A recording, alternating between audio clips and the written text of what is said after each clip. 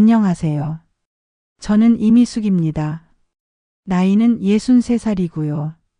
제 슬픈 인생 이야기를 들어보실래요?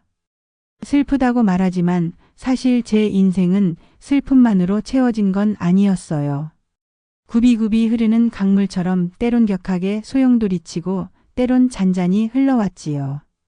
그 강물 속에는 쓰디쓴 아픔도 있었고 가슴 저미는 외로움도 있었지만 마침내 황혼역에 다시 피어난 작은 불꽃 같은 희망도 있었답니다.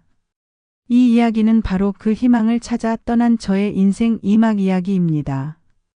그리고 그 여정 속에서 겪었던 부부 갈등, 친구의 배신, 그리고 행복한 노후를 향한 저의 고군분투를 솔직하게 털어놓으려 합니다. 제 남편 김진성 씨와는 23 어린 나이에 만났습니다. 당시에는 그저 세상 물정 모르고 좋다고만 생각했죠. 성실하고 우직한 모습에 반해 덜컥 결혼을 결심했어요. 하지만 결혼 생활은 제가 꿈꾸던 동화 같지 않았습니다. 남편은 제가 알던 것보다 훨씬 더 완고하고 고집 센 사람이었어요. 무슨 일을 하든 제 의견은 중요하지 않았습니다. 그의 결정이 곧 법이었죠. 처음에는 그게 남자다움이라고 생각했지만 시간이 지날수록 제 존재가 점점 작아지는 기분이었어요. 특히 남편은 자기중심적인 성격이 강했습니다. 제가 어떤 이야기를 하든 어떤 감정을 느끼든 중요하게 생각하지 않았어요. 늘 자신의 생각과 감정이 우선이었죠. 저는 그런 남편에게 서서히 지쳐갔습니다. 제 안의 화사는 꾸역꾸역 용암을 품고 있었지만 남편은 그저 제가 조용히 제 할 일만 하기를 바라는 눈치였습니다. 여자가 무슨 말이 그렇게 많아? 그냥 내 말대로 하면 되지. 이 말이 제 가슴에 칼날처럼 박혔습니다. 부부 사이의 대화는 실종되었고 저희는 각자의 섬에서 살고 있는 듯 했습니다. 딸 김은주가 태어나고 나서도 상황은 크게 달라지지 않았습니다. 남편은 은주에게도 엄격한 아버지였어요. 사랑한다는 말 한마디 없이 늘 공부, 성적 이야기만 했습니다. 은주도 저처럼 남편의 그늘 아래서 움츠러드는 듯 했습니다. 저는 은주만은 저처럼 살게 하고 싶지 않았습니다. 그래서 남편에게 여러 번 이야기했지만 그는 그저 자식 교육은 내 방식대로 하는 게 맞아. 라며 제 말을 잘라버렸습니다. 저는 아무것도 할 수 없다는 무력감에 시달렸습니다. 가끔은 은주에게 미안한 마음에 밤새도록 울기도 했습니다. 그럴 때마다 제 마음속에는 남편에 대한 원망이 조금씩 쌓여갔습니다. 이런 분위기 속에서 저희는 결국 황혼 이혼이라는 말에 점점 더 가까워지고 있었습니다. 제가 50대 중반이 되었을 때 은주가 독립을 하면서 저희 부부는 둘만 남게 되었습니다. 집안은 쥐 죽은 듯이 조용했고 적막함은 제 마음을 더욱 짓눌렀습니다. 텅 빈 집에 홀로 앉아 있으면 지난 세월의 모든 순간들이 필름처럼 스쳐 지나갔습니다. 젊은 시절의 설렘, 아이를 낳던 순간의 기쁨, 그리고 수없이 많은 좌절과 눈물. 이 모든 기억들이 저를 짓눌렀고 더 이상 이대로는 살 수 없다는 절박함이 저를 움직였습니다. 제 남은 인생을 이렇게 살 수는 없다는 절박함이 저를 움직였습니다. 제가 먼저 남편에게 이혼 이야기를 꺼냈습니다. 남편은 처음에는 황당하다는 듯 저를 쳐다봤습니다. 그리고는 버럭 화를 냈죠. 내가 뭘 잘못했다고 이혼을 해? 평생 당신 먹여 살렸으면 됐지. 그의 말에 제 가슴은 찢어지는 듯 아팠습니다. 하지만 저는 단호했습니다. 오랜 세월 쌓아온 감정의 골은 이미 너무 깊어서 돌이킬 수 없었습니다. 결국 저희는 긴 싸움 끝에 남남이 되었습니다. 40년 가까운 결혼 생활에 종지부를 찍는 순간이었습니다. 이혼 후 저는 새로운 삶을 시작할 수 있다는 기대감에 부풀었습니다. 하지만 현실은 냉혹했습니다. 혼자가 되니 세상은 더욱 낯설고 외롭게 느껴졌습니다. 텅 빈 마음을 채울 무언가를 찾고 있었죠. 그러던 중 저의 오랜 친구 박미숙을 만났습니다.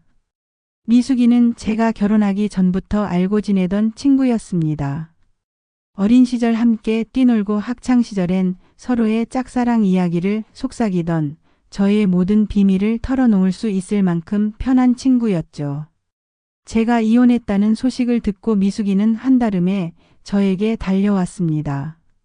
그녀는 제 손을 잡고 밤새도록 울어주었습니다. 미숙아, 그동안 얼마나 힘들었니? 내가 옆에 있어줄게. 이제부터는 혼자 아파하지 마. 그녀의 따뜻한 위로와 격려는 제 얼어붙었던 마음을 조금씩 녹여주었습니다. 저는 미숙이에게 저의 지난 세월과 아픔을 솔직하게 털어놓았습니다. 그녀는 고개를 끄덕이며 제 이야기를 진심으로 들어주었고 저를 위로했습니다. 미숙이는 저에게 함께 사업을 해보자고 제안했습니다. 작은 식당을 열어 함께 운영하면 좋겠다고 했습니다. 미숙아, 너 어릴 때부터 음식 솜씨 좋았잖아. 우리 같이 식당 하면 대박 날 거야. 그녀의 말에 저는 솔깃했습니다. 새로운 시작에 대한 두려움도 있었지만 미숙이와 함께라면 잘 해낼 수 있을 거라는 막연한 믿음이 있었습니다. 제 퇴직금과 이혼 위자료를 탈탈 털어 미숙이에게 건넸습니다. 그녀는 저에게 걱정 마, 미숙아. 우리가 함께라면 못할 게 없어. 우리 행복하게 살자. 라고 말하며 제 손을 꼭 잡아주었습니다. 그녀의 말에 저는 한 줄기 빛을 본 듯 했습니다. 새로운 삶의 시작을 알리는 신호탄이라고 생각했습니다. 텅 빈 제 인생에 다시 활기가 찾아오는 것 같았습니다. 밤새도록 식당 메뉴를 고민하고 인테리어를 구상하며 행복한 꿈을 꾸었습니다. 그러나 그 빛은 곧 저를 삼키는 어둠이 되고 말았습니다. 미숙이는 제 돈을 가지고 잠적했습니다. 처음에는 믿을 수 없었습니다. 미숙이가 그럴 리 없다고, 무슨 사정이 있을 거라고 스스로를 속였습니다. 하지만 아무리 전화해도 받지 않았고 집에도 찾아가 봤지만 이미 이사를 간 뒤였습니다. 주변 사람들에게 수소문했지만 미숙이의 행방을 아는 사람은 아무도 없었습니다. 뒤늦게 그녀가 오래전부터 사기 전과가 있다는 소문도 들려왔습니다. 제 머릿속은 하얘졌고 심장은 쿵 하고 떨어지는 것 같았습니다. 믿었던 친구에게 뒤통수를 맞았다는 사실에 제 세상은 산산조각 나는 것 같았습니다. 돈을 잃은 것도 서러웠지만 평생 믿었던 친구에게 배신당했다는 사실이 저를 더욱 절망스럽게 만들었습니다. 밤낮으로 눈물만 흘렸습니다. 제 인생은 왜 이렇게 꼬이는 걸까? 나는 왜 이렇게 불행한 걸까? 하는 생각에 잠을 이룰 수 없었습니다. 마치 깊은 바닷속에 빠져 허우적거리는 기분이었습니다. 주변 사람들은 저를 안쓰럽게 바라봤지만 누구도 저를 건져 올려줄 수 없었습니다. 제 마음에 깊은 상처가 남았습니다.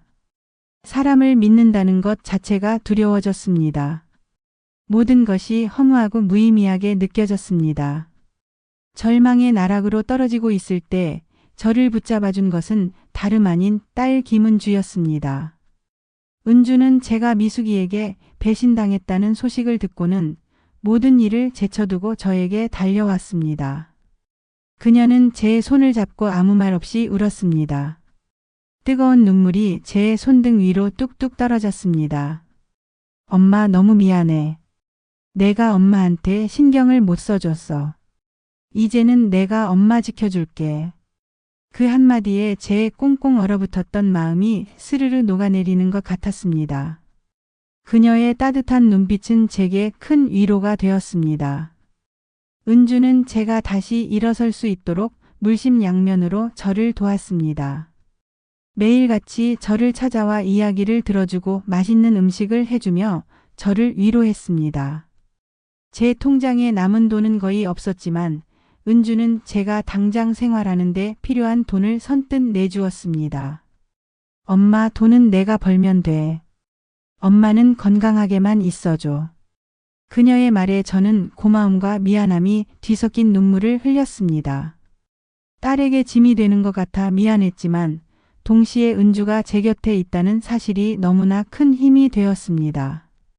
은주는 저에게 그림을 그려보라고 권했습니다. 제가 어릴 적부터 그림 그리는 것을 좋아했다는 것을 기억하고 있었던 거죠. 학창 시절에는 미술학원에 다니며 화가를 꿈꾸기도 했지만 결혼 후에는 살림과 육아에 치어붓을 놓은 지 오래였습니다. 저는 붓을 들 용기가 나지 않았습니다. 제 삶은 이미 너무나도 엉망진창이었으니까요. 하지만 은주는 저를 재촉하지 않았습니다. 그저 조용히 미술 도구를 사다 주었고 제가 편한 시간에 그림을 그릴 수 있도록 제 방 한편에 작은 작업 공간을 마련해 주었습니다. 캔버스, 물감, 붓. 오랜만에 마주한 미술 도구들은 낯설면서도 어딘가 모르게 저를 끌어당기는 듯 했습니다. 처음에는 망설였습니다. 붓을 드는 것조차 너무나 힘겨웠습니다. 손이 떨리고 어떤 그림을 그려야 할지 막막했습니다. 하지만 붓을 든 순간 제 손은 무언가에 홀린 듯 움직이기 시작했습니다. 캔버스 위에 물감들이 번져나가고 색들이 섞이며 새로운 모습으로 변해가는 것을 보면서 저는 조금씩 생기를 되찾았습니다. 붓 끝에서 느껴지는 차가운 물감의 감촉, 종이 위로 스며드는 색깔의 향연은 저를 다른 세계로 이끌었습니다. 그림을 그리는 동안만큼은 세상의 모든 고통과 절망을 잊을 수 있었습니다. 제 안에 갇혀있던 슬픔과 분노, 그리고 희망이 색깔로 표현되는 듯 했습니다. 그림을 그리면 그릴수록 마음이 평화로워졌고 잃어버렸던 저 자신을 되찾는 기분이었습니다. 저는 은주의 도움으로 작은 공방을 열었습니다. 처음에는 그림을 그리는 것조차 힘들었지만 이제는 제 그림을 사람들에게 보여주고 싶다는 용기가 생겼습니다. 공방은 작고 아담했지만 저에게는 세상에서 가장 소중한 공간이었습니다. 따뜻한 햇살이 들어오는 창가에 앉아 그림을 그리고 향긋한 커피를 마시며 사색에 잠기기도 했습니다. 제 그림을 보러 오는 사람들과 이야기를 나누고 그들에게서 위로를 받기도 했습니다. 그림을 통해 제 아픔을 치유하고 다른 사람들과 소통하면서 저는 다시 웃을 수 있게 되었습니다. 공방을 운영하면서 새로운 인연들도 만났습니다. 그 중에는 저와 비슷한 아픔을 가진 사람들도 많았습니다. 자녀 문제로 힘들어하는 어머니, 은퇴 후 삶의 의미를 찾지 못해 방황하는 아버지, 그리고 친구에게 배신당해 좌절했던 저와 비슷한 경험을 가진 분들도 있었습니다. 우리는 서로의 이야기를 들어주고 따뜻한 위로를 건네며 함께 힘든 시간을 이겨냈습니다. 저는 그들에게서 희망을 보았습니다. 나 혼자만 힘든 게 아니구나, 나도 다시 일어설 수 있겠구나 하는 생각에 가슴이 벅차올랐습니다. 저희는 서로에게 용기와 힘을 북돋아주며 함께 새로운 삶을 만들어 나갔습니다. 가장 놀라운 변화는 남편과의 관계였습니다. 이혼 후 저희는 서로를 외면하며 살았습니다. 명절에도 은주의 생일에도 서로 마주치는 것을 피했습니다. 하지만 은주가 저희 둘 사이에서 다리 역할을 해주면서 아주 가끔 연락을 주고받게 되었습니다. 남편은 제가 공방을 열었다는 소식을 듣고는 아무 말 없이 찾아왔습니다. 그는 제 그림들을 한참 동안 바라봤습니다. 제 그림 속에는 제가 겪었던 아픔과 슬픔, 그리고 다시 피어난 희망이 고스란히 담겨 있었습니다. 그는 어떤 그림 앞에서 한참을 멈춰 서서 말없이 바라보기도 했습니다. 그리고는 조용히 말했습니다. 미숙 씨, 그림 정말 좋네요. 당신이 행복해 보여서 다행입니다. 그 말 한마디에 저는 왈칵 눈물이 쏟아졌습니다. 평생 듣고 싶었던 말이었으니까요. 그제야 저는 깨달았습니다. 남편도 저처럼 자신의 방식대로 삶을 살아왔을 뿐이라는 것을요. 물론 그의 방식이 저에게는 상처가 되기도 했지만 그는 그 나름대로 저를 사랑했을 거라는 생각이 들었습니다. 물론 저희는 다시 부부가 될 수는 없을 겁니다. 하지만 이제는 서로를 이해하고 존중하는 사이가 되었습니다. 황혼 이혼은 저희에게 새로운 시작을 선물해 준 셈이죠. 어쩌면 그동안 억압되어 있던 제 자신을 해방시켜 준 과정이었는지도 모릅니다. 이제 저는 더 이상 외롭지 않습니다. 비록 황혼 이혼과 친구의 배신이라는 쓰디쓴 경험을 했지만 그 덕분에 저는 더욱 단단해졌고 제 삶의 진정한 의미를 찾을 수 있었습니다. 은주와도 더욱 깊은 유대감을 형성하게 되었고 새로운 인연들과 함께 행복한 시간을 보내고 있습니다.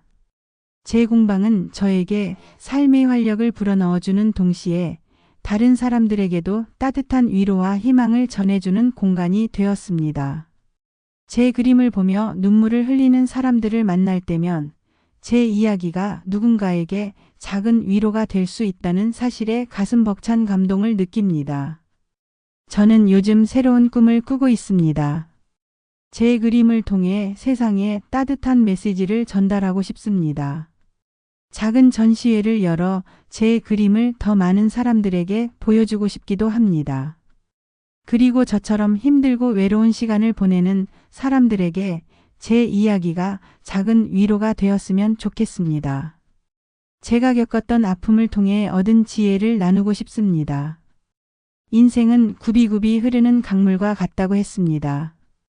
때론 거센 파도에 흔들리기도 하고 때론 잔잔히 흐르기도 합니다. 하지만 그 모든 순간들이 모여 하나의 온전한 강을 이루듯이 우리의 삶, 또한 수많은 경험과 감정들이 모여 아름다운 여정을 만들어내는 것이 아닐까요? 겨울의 앙상한 가지 끝에서 새싹이 돋아나고 얼어붙었던 땅에서 꽃들이 피어나듯이 우리 인생에도 다시금 새로운 봄이 찾아올 수 있습니다. 사랑하는 중년의 친구 여러분, 여러분은 지금 어떤 강물을 흐르고 계신가요? 혹시 지금 거친 파도 속에서 힘들어하고 계신가요? 아니면 잔잔한 강물 위에서 평온한 시간을 보내고 계신가요? 어떤 모습이든 괜찮습니다. 중요한 것은 강물은 계속 흘러간다는 것입니다. 멈추지 않고 흘러가는 강물처럼 우리 인생도 계속 흘러갑니다.